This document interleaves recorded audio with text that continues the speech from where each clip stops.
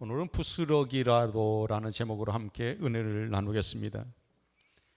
이 군뱅이가 지붕에서 굴러 떨어진 것은 매미가 되고 싶은 꿈이 있기 때문이라는 속담이 있습니다. 아무리 미련한 행동에도 그 배후에는 꿈이 있고 소원이 있다는 의미겠지요. 인간은 꿈이 있고 소원을 가진 동물입니다. 꿈이 클수록 소원이 클수록 더 큰 믿음이 필요한 법이죠. 우리 그리스도인들은 자신이 가진 꿈을 가지고 하나님 앞에 나오는 사람들입니다. 어릴 때 친구들과 모래 사장에서 놀면서 두꺼봐 헌집 줄게 새집 따오 이 놀이를 해본 적이 있습니다.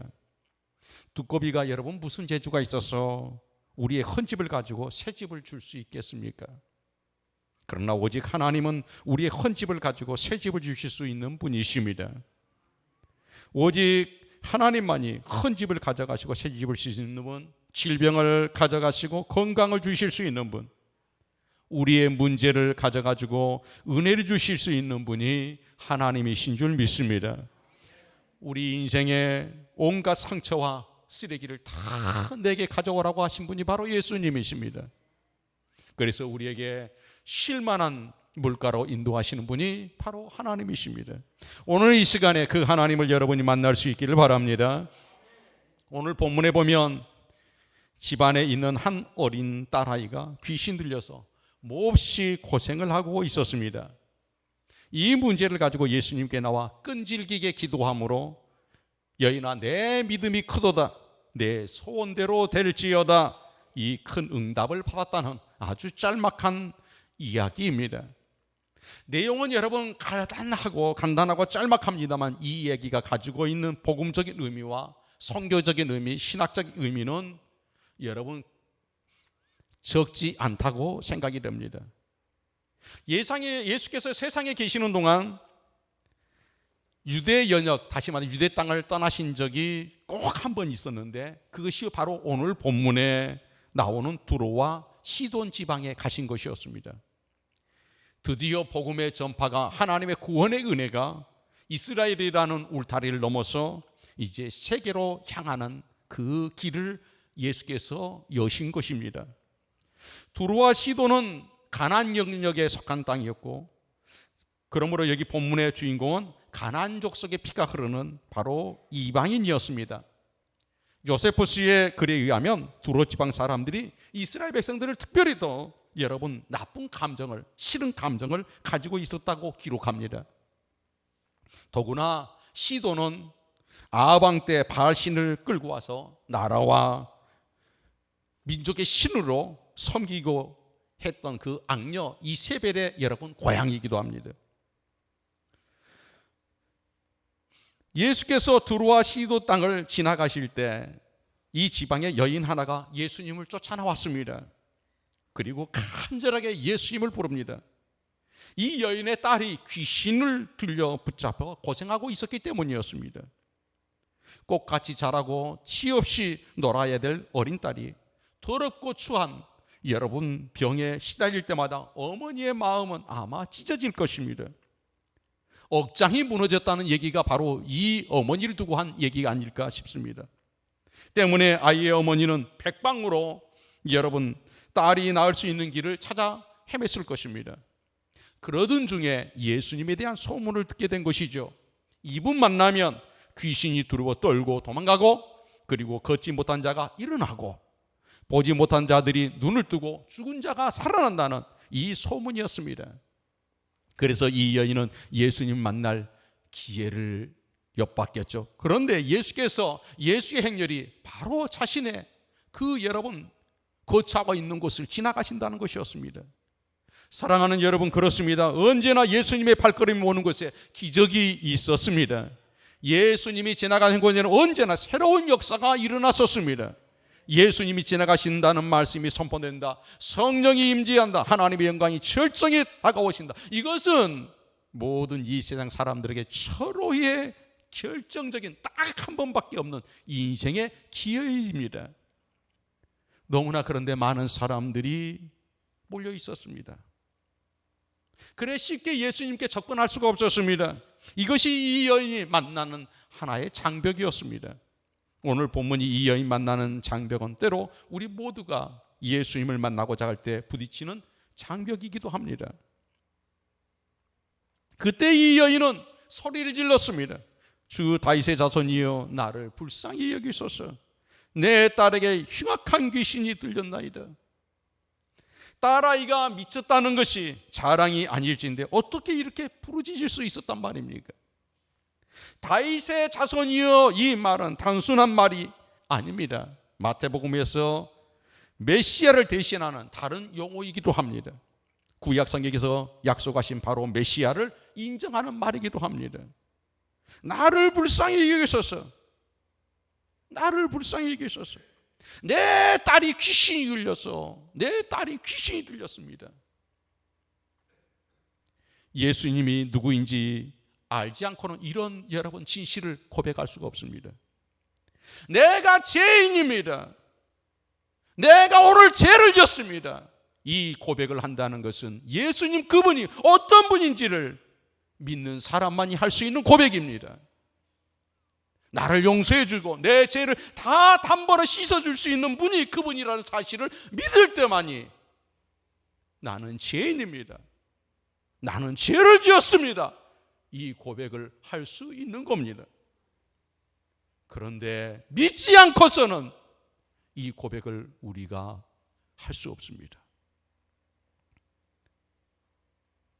숨기려고 합니다. 주저합니다. 용기가 필요하다고 핑계댑니다. 아직 때가 되지 않았다고 이렇게 돌려댑니다. 그건 시기의 문제가 아니고 내가 예수님을 알지 못하는 것입니다. 그분이 어떤 분인가를 여러분 믿지 않기 때문에 나타나는 현상인 것입니다. 이 여인은 나를 불쌍히 여기소서, 나를 불쌍히 여기소서. 정확히 예수님을 알았습니다. 귀신을 쫓아내실 수 있는 분, 내 딸의 문제를 해결해 주시는 분이라는 확실한 믿음이 있었기 때문에 내 딸이 귀신 들려서 미쳤나이다 라고 말할 수 있는 겁니다. 오늘 여러분에게 예수님을 바로 알 수 있는 그 믿음이 생기기를 바랍니다. 그래서 창피함을 무릅쓰고도 다른 사람이 실시해도 나만은 그분 앞에 진실하게, 나만은 그분 앞에 솔직하게 고백할 수 있는 그 믿음, 오늘 하나님은 이런 믿음의 사람들을 찾고 있습니다. 여러분, 주님 앞에 내 형편 있는 그대로 내놓으면 주님이 나를 만나주신다. 내 무거운 짐, 아픈 모든 것을 주님 앞에 내놓으면 그분은 해결해 주신다. 이것이 이 여인의 믿음이었고 우리의 기도의 시작이고 우리가 주님을 향해 달려가는 출발점이기도 합니다. 내 딸이 흉악한 귀신이 들렸나이다 소리 질렀습니다. 이 여인의 이런 부르짖음에 예수님께서 평소 같으면 마땅히 두 손을 들어 이 여인을 영접했을 법합니다. 그러나 이에 대한 예수님의 태도는 너무나도 여러분 반응이 달랐습니다. 제자들의 태도는 너무나 잔인했습니다. 예수님은 냉담하기까지 했습니다.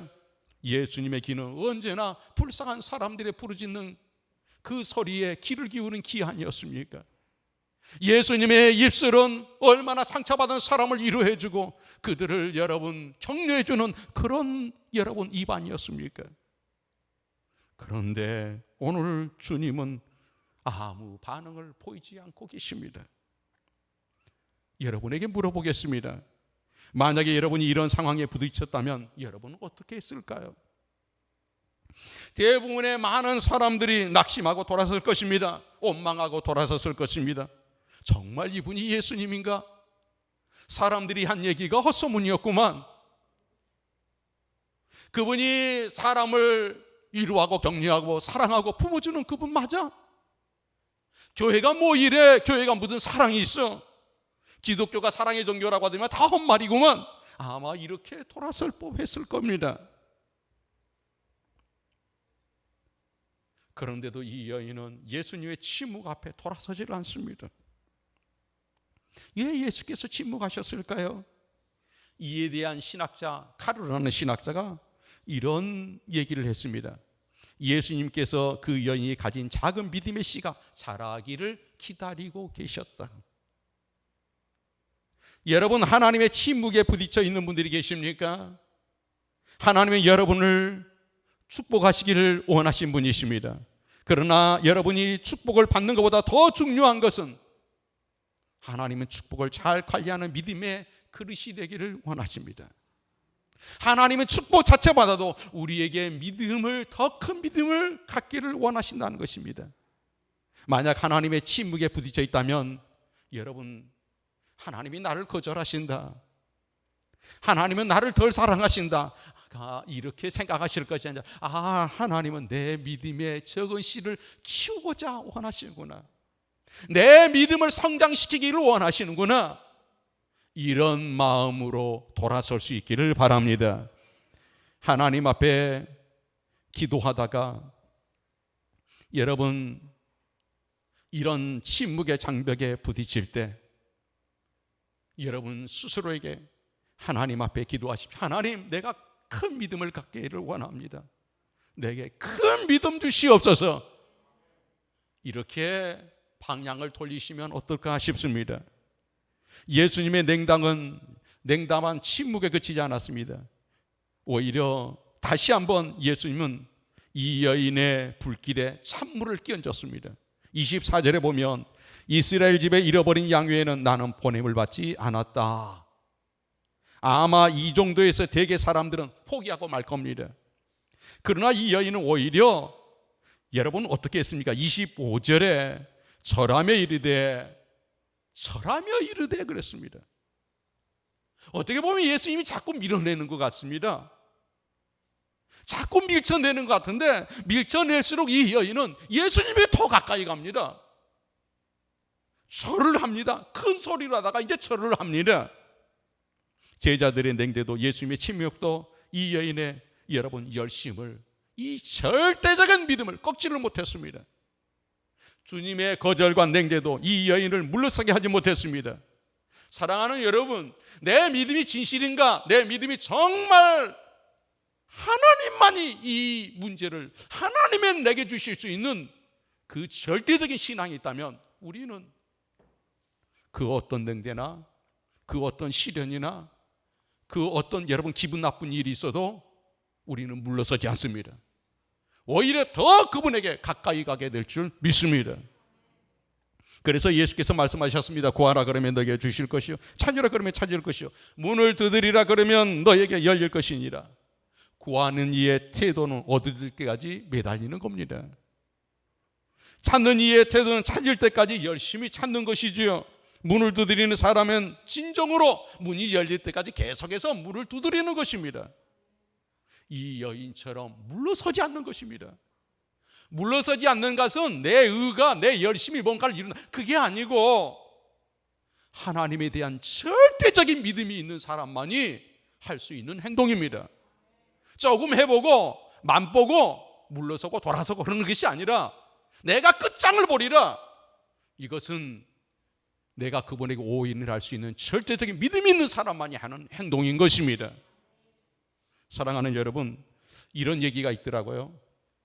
아프리카 한 부족이 있는데 이 부족은 글쎄 비가 오지 않는 가뭄에 기우제만 드리면 비가 온답니다. 이 아프리카 족속은 신기하죠. 아니, 비가 오지 않으면 비가 오지 않는데 이 부족은 기우제 드리면 꼭 비가 온대요. 그래, 이 어떤 얘기인가, 왜 그런가 여러분 알고 봤다니까, 글쎄 이 아프리카 여러분 부족은 비가 올 때까지 기우제를 드린대요. 그러니까 100% 비가 오는 거예요. 비가 올 때까지 하니까. 비가 올 때까지 기우제를 드리는 거예요. 사랑하는 여러분, 하물며 이 우상에도 이러는데 우리가 어떻게 했습니까? 정말 여러분과 제가 하나님을 믿는다면 이건 하나님만이 내게 주실 수 있는 일이라면 우리 목숨 걸어야 합니다. 돌아서서는 안 되는 것입니다. 돌아서고 움찔하고 멈칫하는 것은 하나님을 믿는 것이 아닙니다. 100% 신뢰하지 않는 것입니다. 오늘 여러분, 이 여인에게 예수님은 자꾸 어떻게 보면 우리 흔히 얘기하는 걸로 딴짓건다고 할까요? 엉뚱한 얘기들을 합니다. 예수님의 평소의 모습과 전혀 달라요. 그런데 이 여인은 이방 여인입니다. 이방 여인에게 특별한 그 믿음을 여러분 강력하게 심어줘야 하는 겁니다. 그래 예수님께서 자꾸 거절하는 것처럼 그렇게 가는 것입니다. 오늘 우리에게도 그런 여러분 마음들의 상처가 있으신 분이 나가면 그때 그 상황을 여러분 복기해 보시고 이제는 그 환경이 내게 온다고 하면 다시는 내가 그런 판단을 결정을 하지 않겠다는 그런 여러분 마음들이 들 수 있기를 바랍니다.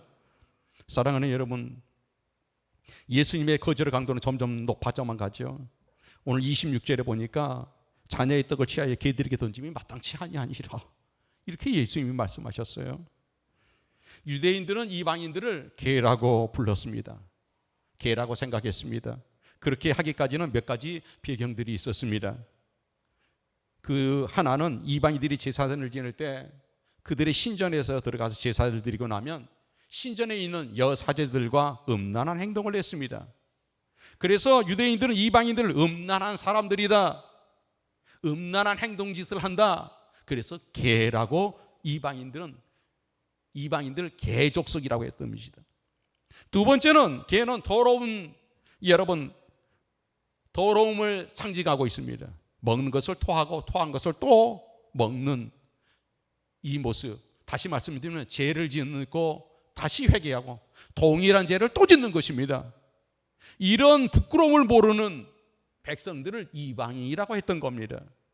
그리고 마지막 또 하나는 이방인들은 컬핏하면 유대인들을 싫어한다고 말씀드렸죠. 유대인들을 보면 시비를 겁니다. 컬핏하면 싸움을 걸어와요. 화평을 모르는 족속들이다.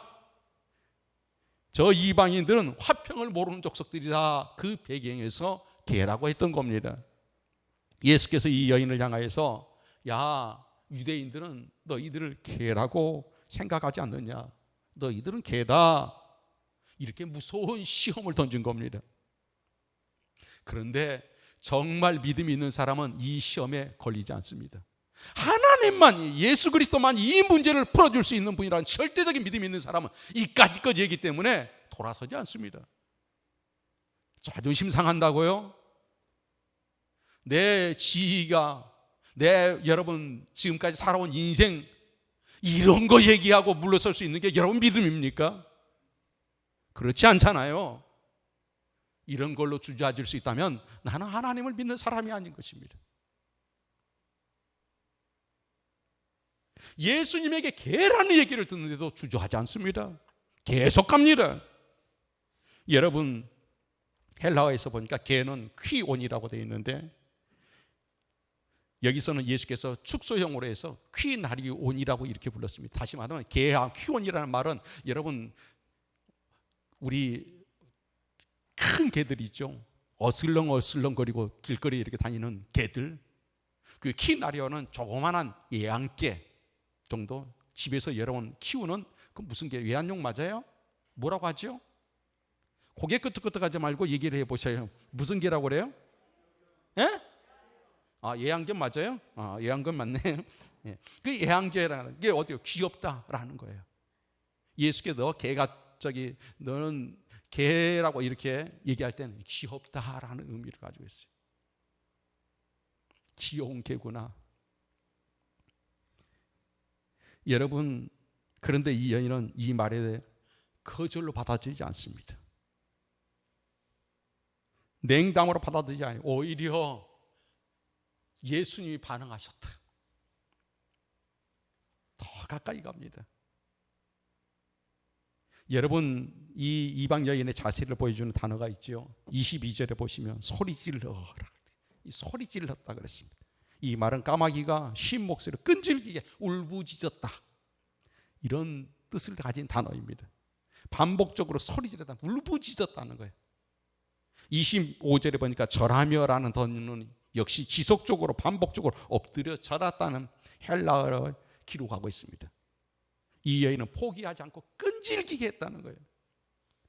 미국의 독립선언문 기초자이고 제3대 대통령이었던 토마스 제퍼슨 대통령이 있습니다.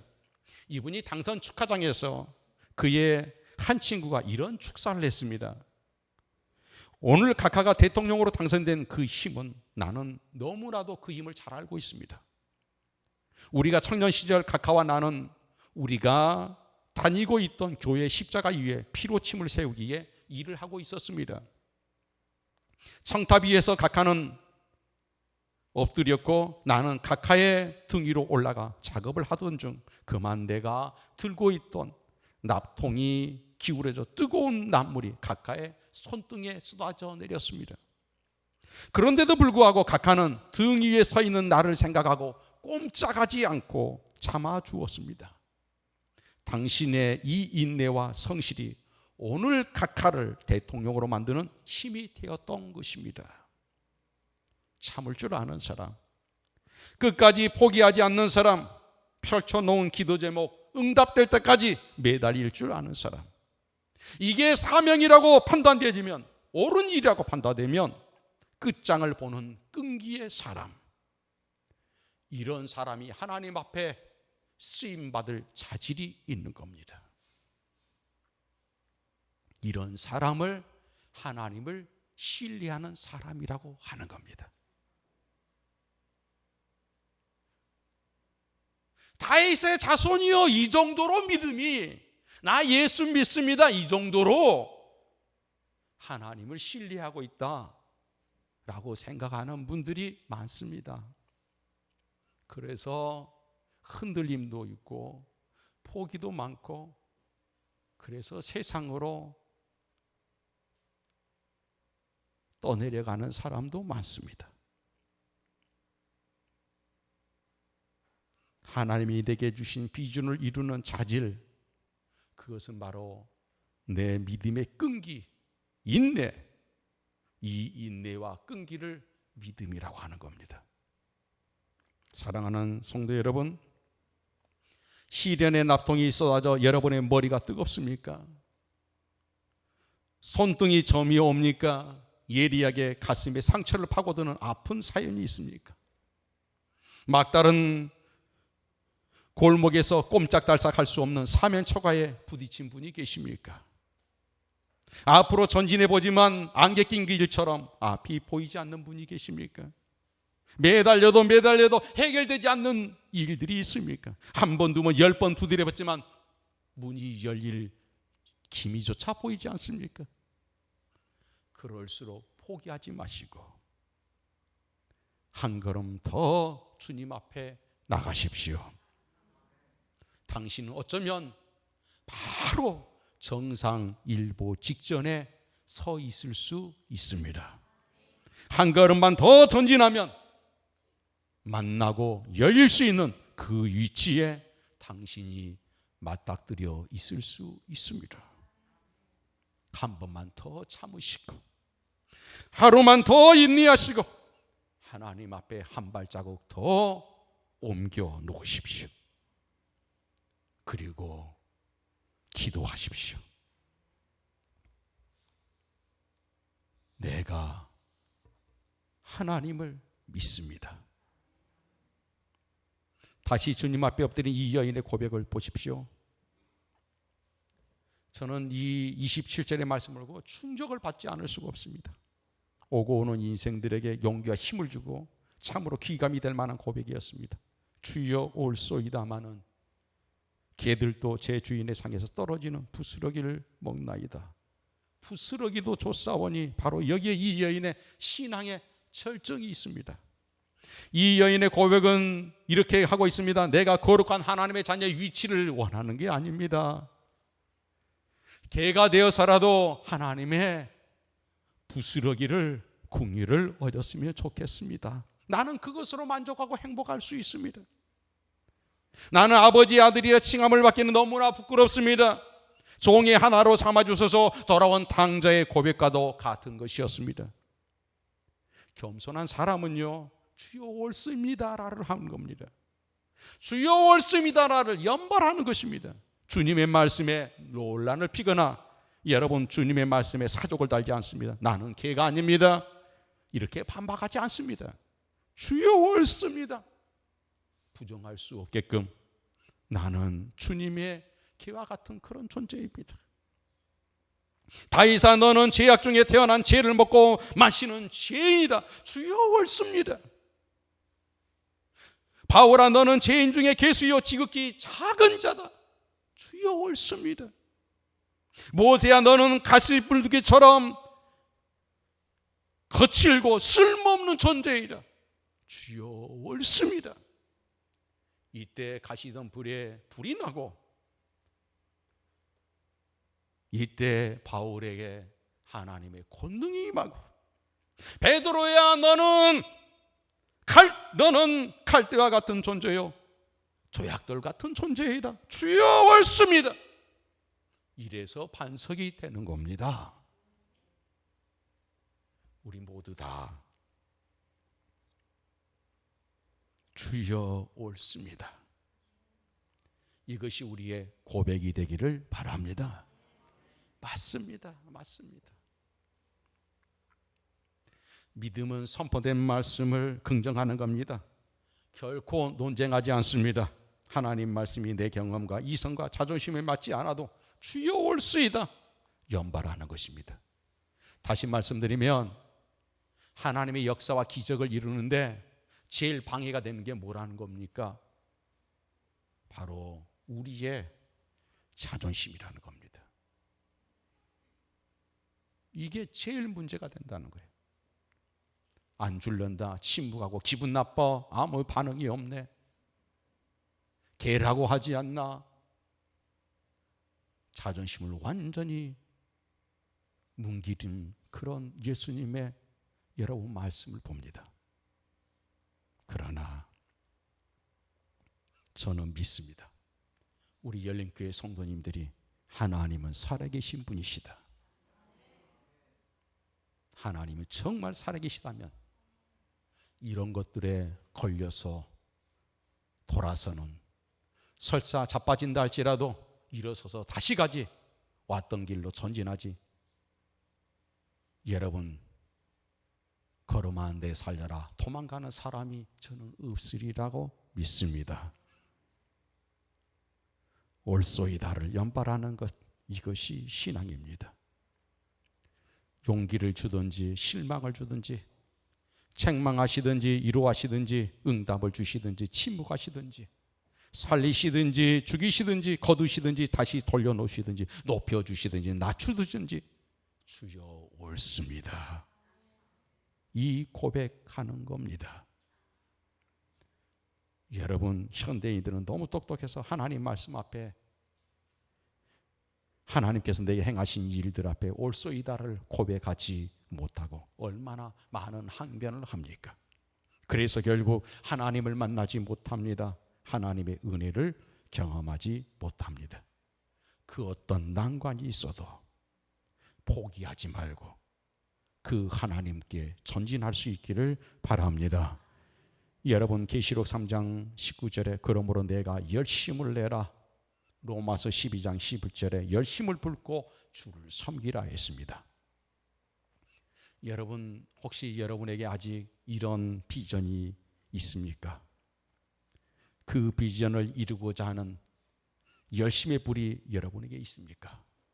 밤을 새워도 재미있는 거, 밥을 먹지 않아도 재미있는 거, 아무런 보상이 없어도 누가 박수를 쳐주지 않아도 칼채가 없어도 행복할 수 있는 것, 그런 비전이 여러분에게 있습니까? 그 비전을 이루고자 하는 열정이 여러분에게 있습니까? 내 가슴 한 부분에 이 비전을 품고 있다면 당신은 참으로 하나님의 사랑을 입은 자입니다. 바로 본문의 이 가나안 여인, 이 여인의 열심이 어떤 열심이었습니까? 이 여인은 사람만 감동시키는 것이 아니라 지성이면 감천이라는 말처럼 주님을 감동시켰습니다. 주님의 바라시고 원하시는 그 수준의 믿음을 키웠습니다. 그래 결국 여인아 내 믿음이 크도다 내 소원대로 될지어다. 오늘 내게 믿음이 작다고 내 믿음은 왜 이렇게 흔들리냐고, 왜 이렇게 내 믿음은 의심이 되냐고, 이걸 가지고 고민하신 분이 있습니까? 당신의 그 믿음이 지금 다 자란 게 아닙니다. 지금 키우십시오. 지금 성장시키십시오.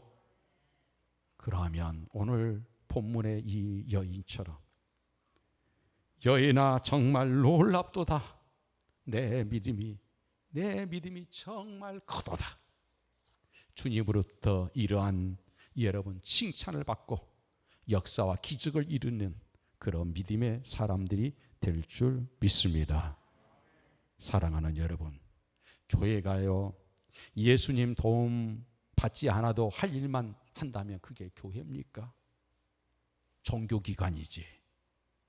성도가 여러분 예수님 도움 없이도 할 수 있는 일만 찾아서 갑니까? 그게 여러분 성도입니까? 하나님을 믿는 사람은 그렇게 사는 게 아닙니다.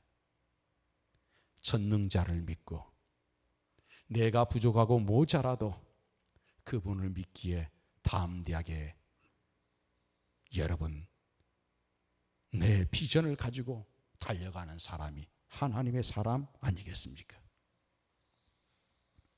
오늘 우리 함께 하나님 앞에 소원합시다. 주님 천능하신 베푸신 은혜 한 토막이면 내가 새로워질 수 있습니다. 주님의 그 부스러기 한 토막이면 내 가정이 바뀔 수가 있습니다. 내 자녀들이 놀랍게 변할 수가 있습니다. 주님 그 은혜의 부스러기 한 토막을 내가 구합니다. 아무리 나를 걸고 넘어지는 가시밭길이 있다 할지라도 포기하지 않을 겁니다. 이 일을 해결하실 분은 오직 하나님 한 분뿐인 것으로 내가 믿기에 나 목숨 걸고 가겠습니다. 이게 믿음인 겁니다. 이 믿음을 하나님께서 여러분과 저에게 주시기를 원합니다. 우리의 가슴을 두드리면서 내게 이 믿음이 없음을 한탄하고 불쌍히 여겨달라고 철귀하는 이 시대 하나님의 사람들이 모두 되기를 축복합니다. 기도하겠습니다. 하나님 아버지 불쌍히 여겨주소서. 나 예수 믿습니다. 이 믿음으로 이 말로 하나님 내가 예수 믿는 존재라는 거 포장해 왔습니다. 걸핏하면 시험 들었다고 하고 뭐 하나님이 이러냐고 뭐 교회가 이러냐고 이러면서 하나님 주저앉았습니다. 용서해 주십시오. 내가 믿음이 정말 없었던 것을 하나님 발견했습니다.